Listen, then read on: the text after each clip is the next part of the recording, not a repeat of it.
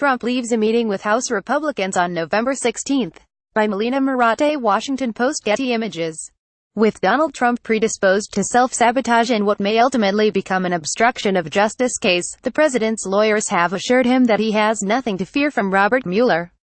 It's a tricky balancing act, given Trump's past history of criticism for the special counsel. The president's natural impulse for obstructive, combative behavior is also, in this case, a potential legal risk.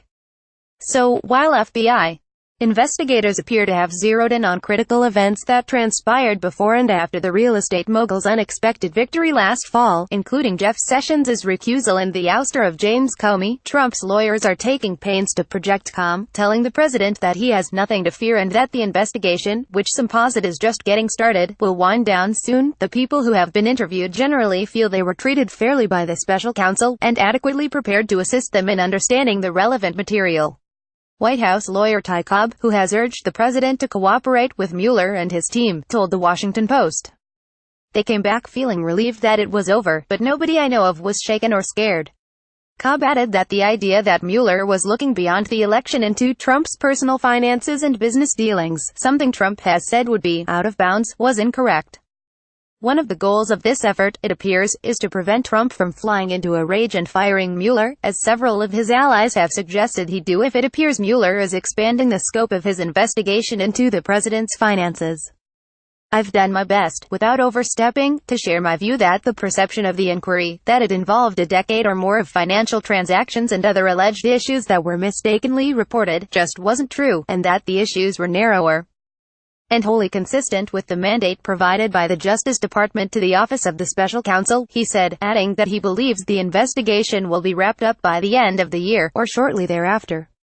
As for further revelations regarding foreign contacts that are reportedly on the horizon, Cobb said he does not expect them to unduly extend the inquiry. One White House official expressed similar confidence to Axios, telling Mike Allen, "The only people focused on or consumed by this are the press. The White House staff are working to carry out the president's agenda on behalf of the American people." And according to the Post, many aides describe an atmosphere of relative calm against the backdrop of the investigation, with staffers mindful but not necessarily worried about the probe.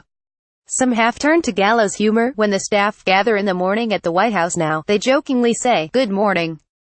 Are you wired?" one source close to the administration told the Post. But that optimism is not universal. And while Trump's lawyers and spokespeople had previously said they believe the investigation will be over by Thanksgiving, that time frame was probably always fantastical. Allen notes, "I'm told that Mueller's team is rooting around inside Trump world more deeply than is publicly known. Outside West Wing advisors tell me that may create a showdown." One GOP operative in close contact with the Trump White House characterized Mueller's approach as working through the staff like Pac-Man, and dismissed the idea that Trump world is undaunted. "Of course they are worried," the Republican said. "Anybody that ever had the words Russia come out of their lips or in an email, they're going to get talked to. These things are thorough and deep. It's going to be a long winter." One source told the Post that Mueller is executing a classic Gambino-style roll-up that will reach everyone in this administration. It is telling that the first indictment Mueller secured was against the lower-level Trump campaign advisor George Papadopoulos, who pleaded guilty this summer to lying to the FBI. The documents in his case were only unsealed in early October, months after it appears he turned state's witness. In the weeks since issuing indictments against former Trump campaign chairman Paul Manafort and his deputy and longtime business associate Rick Gates, Mueller has proceeded at an aggressive clip, interviewing a growing pool of individuals previously counted among the president's inner circle, including former White House Chief of Staff Reince Priebus and erstwhile Press Secretary Sean Spicer. The former FBI director plans to sit down with Trump's communications director and close confidant Hope Hicks and White House General Counsel Donald McGahn in the coming weeks, and on Monday, citing a source familiar with the matter, ABC News reported that Mueller recently issued a subpoena directing the Justice Department to produce a wide array of documents related to Attorney General Jeff Sessions' decision to recuse himself from the Russia probe, as well as Comey's firing, for which he and Rosenstein both issued controversial recommendations. Former National Security Advisor Mike Flynn, too, remains in Mueller's crosshairs, both his lobbying work for the Turkish government, for which he belatedly registered as a foreign agent, and his Russian contacts are reportedly of interest to the special counsel.